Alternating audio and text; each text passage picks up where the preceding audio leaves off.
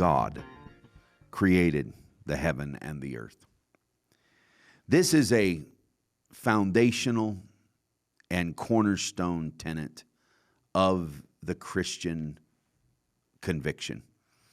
When I say this, I don't just say a Christian worldview, because Christianity doesn't start in a worldview. Christianity starts in a revelation. And it starts in the revelation of someone, as that someone takes up inhabitants in your heart. So as you get a new occupant inside of you, which is the Spirit of Jesus Christ, you quickly begin to realize that He is powerful. He is very, very loving, but He is also very, very holy.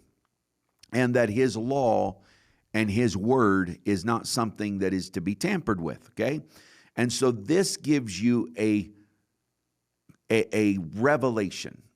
From that revelation, outwardly, it disseminates into a Christian worldview. Now, let me push back on the political pundits. Let me push back on mainstream psychotherapy. Let me push back on biblical sociology. Let me push back on all of those that have become podcasters and commentators on the Bible who have not been converted. Okay? They have established a worldview which has adopted portions of Christianity. They have not become Christian and therefore let a worldview emanate outwardly from them, which means they are not that different from the evolutionist and Darwinian camps. Okay? Now, let's talk about God created the heavens and the earth. How God did that. We can get into that later on if you want to. How long did it take God to do that? I would gladly get into that. Do you believe that it's 7 24-hour days? And then to push back and repudiate the idea of creation that adopts evolution and humans evolving, but God was the first reason or cause, and so therefore God did that as well. Okay? So I push back and repudiate that. I believe that God created man and created every kind in their kind, and they are still that way today. Okay? But evolution has become something so hotly contested. Now, the thing is that Darwin's Origin of Species is probably one of the most shocking and probably transformative works ever written as far as what it actually changed. It changed the world.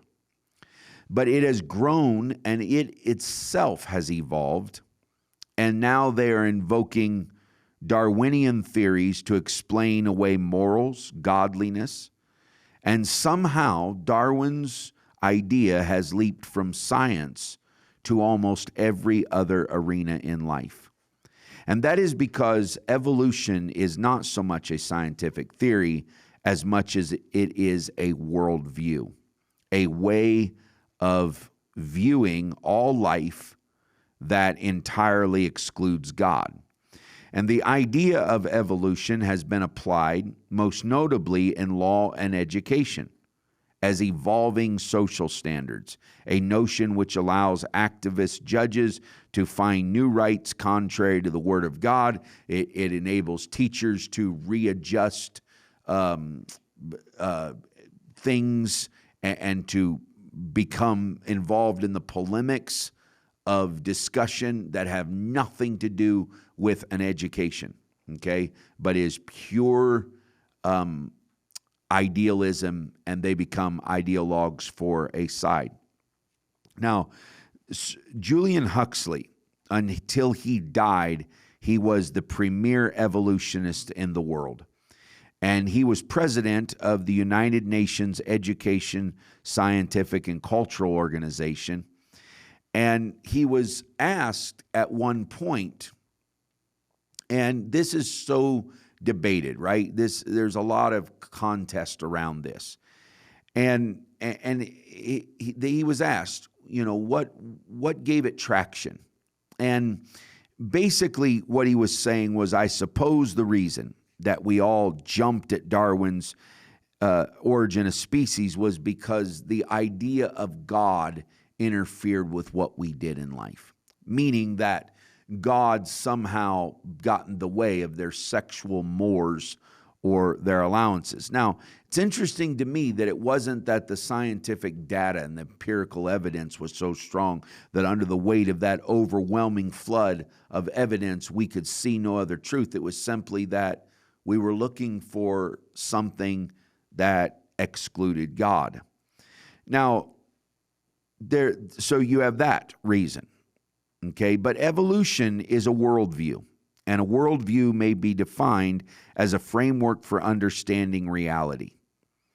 It is that set of core beliefs, okay, by which knowledge is filtered, decisions are made, values established, and priorities set.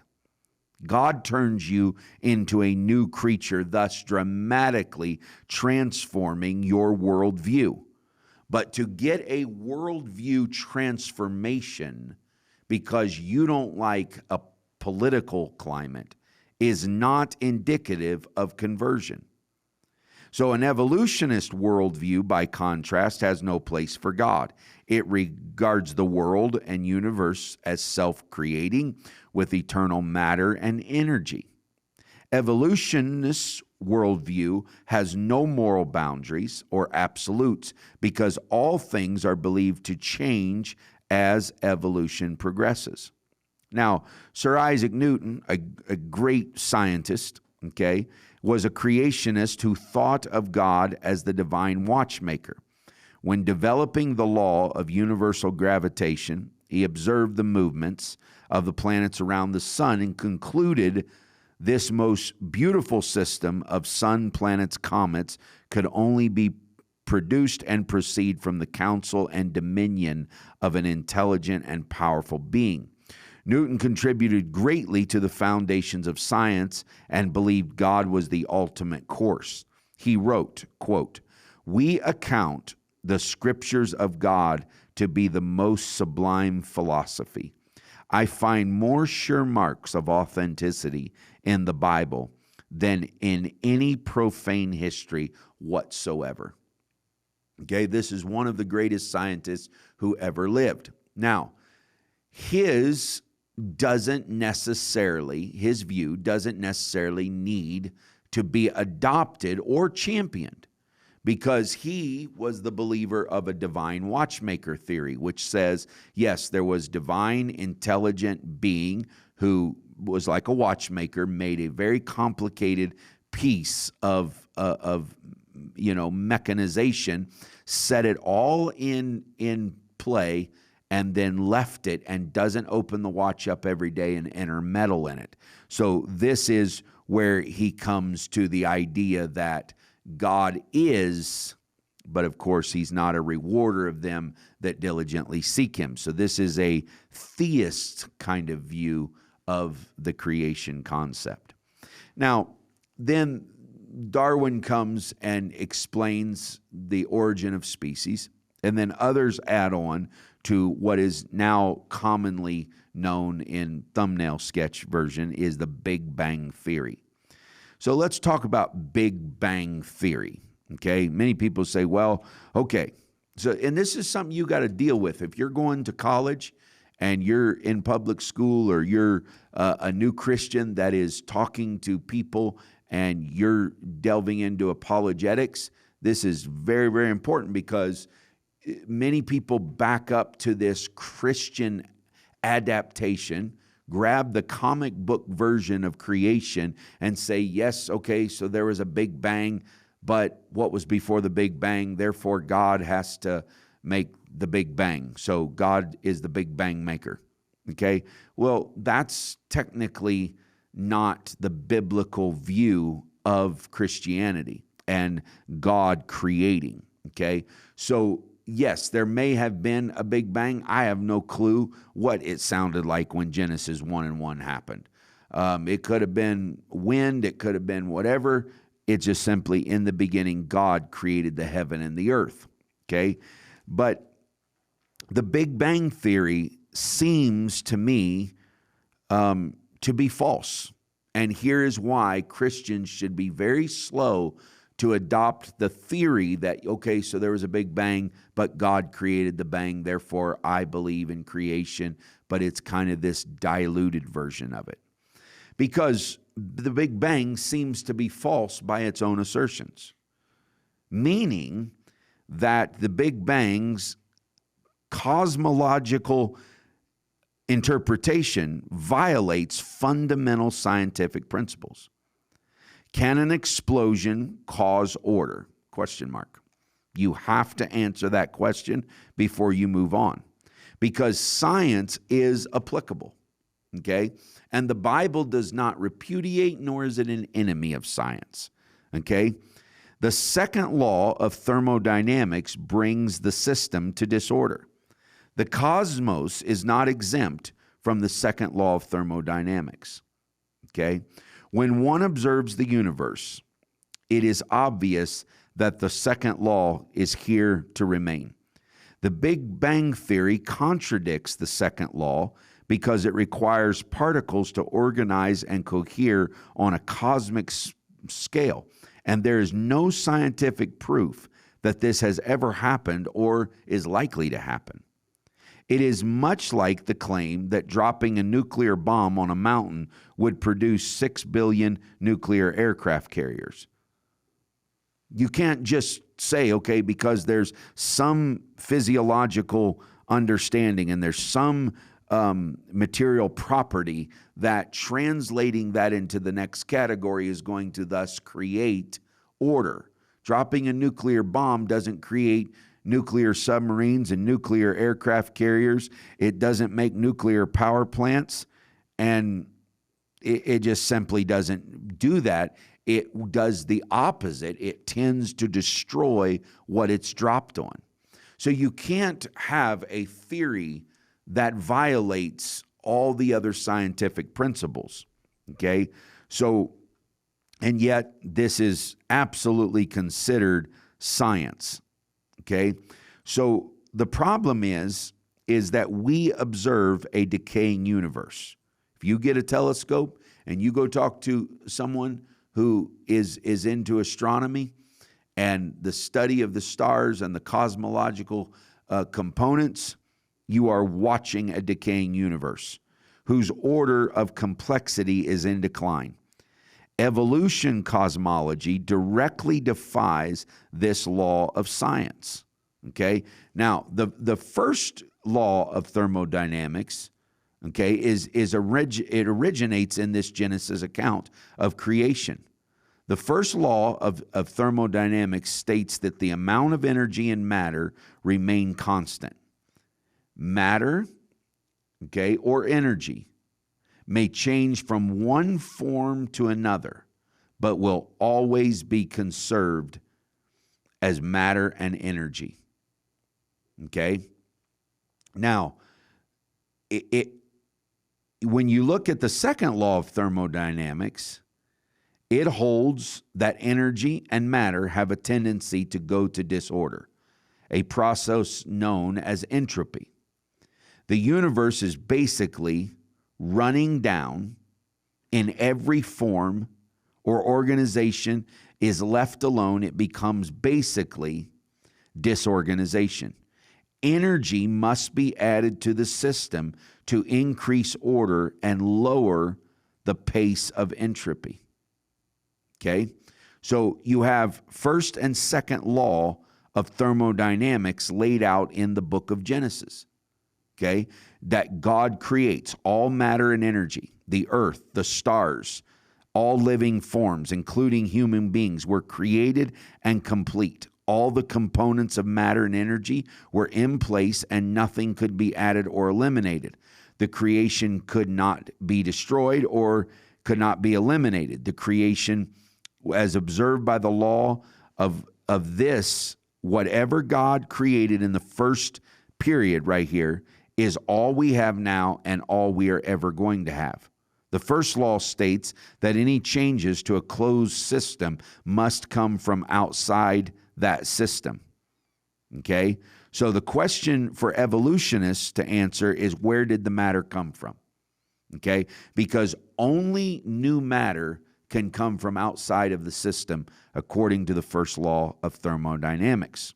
So in summary, the two laws of thermodynamics indicate the necessity of some power outside of this present sphere to have brought into existence something outside and above this vast, complex space of time and energy and matter that is acquired to initiate it, but had to have independent, free from it being given.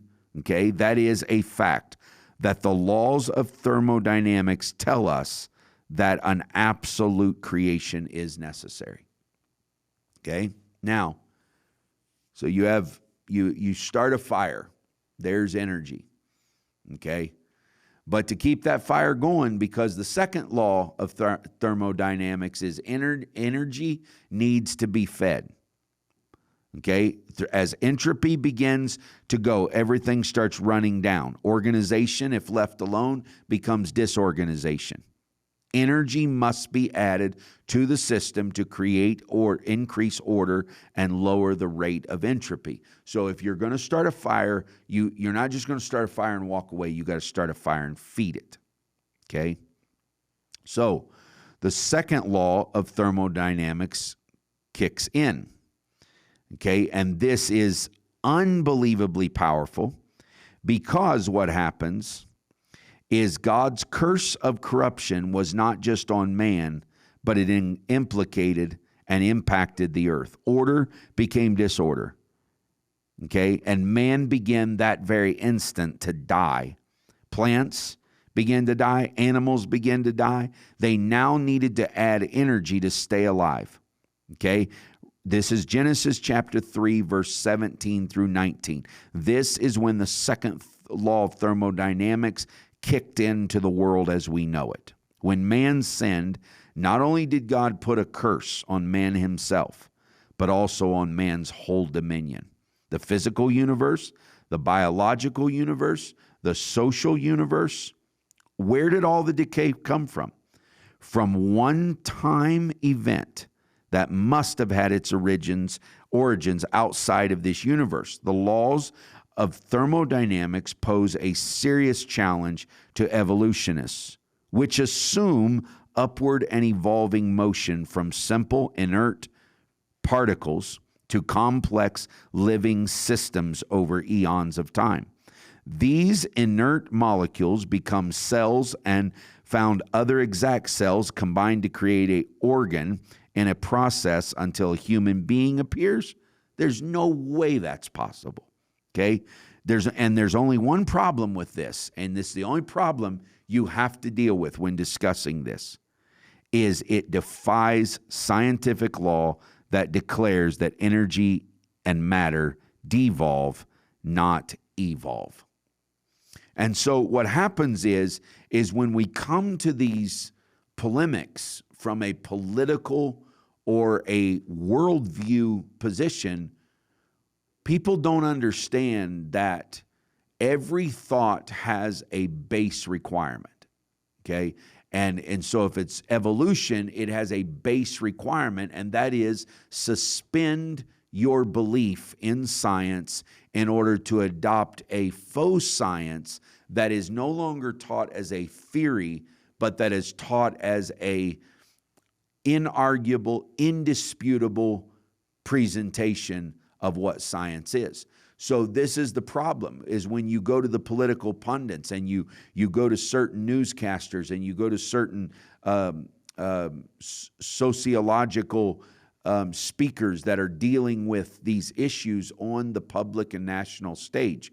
So like, for instance, while Dr. Peterson does a brilliant and a manifestly genius job at unpacking the sociological implications of the stories of Genesis, if you notice in his first series, he says, the premise of all of my views is evolutionary. Now, he also unpacks several other things that are a bit disconcerting to a Christian, but he starts out with my premise is evolutionary.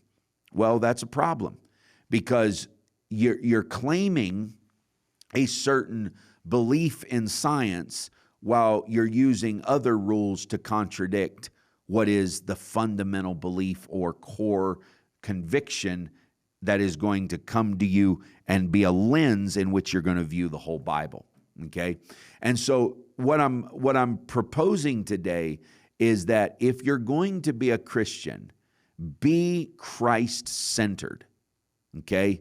And use Christ as the lens whereby you read the Bible.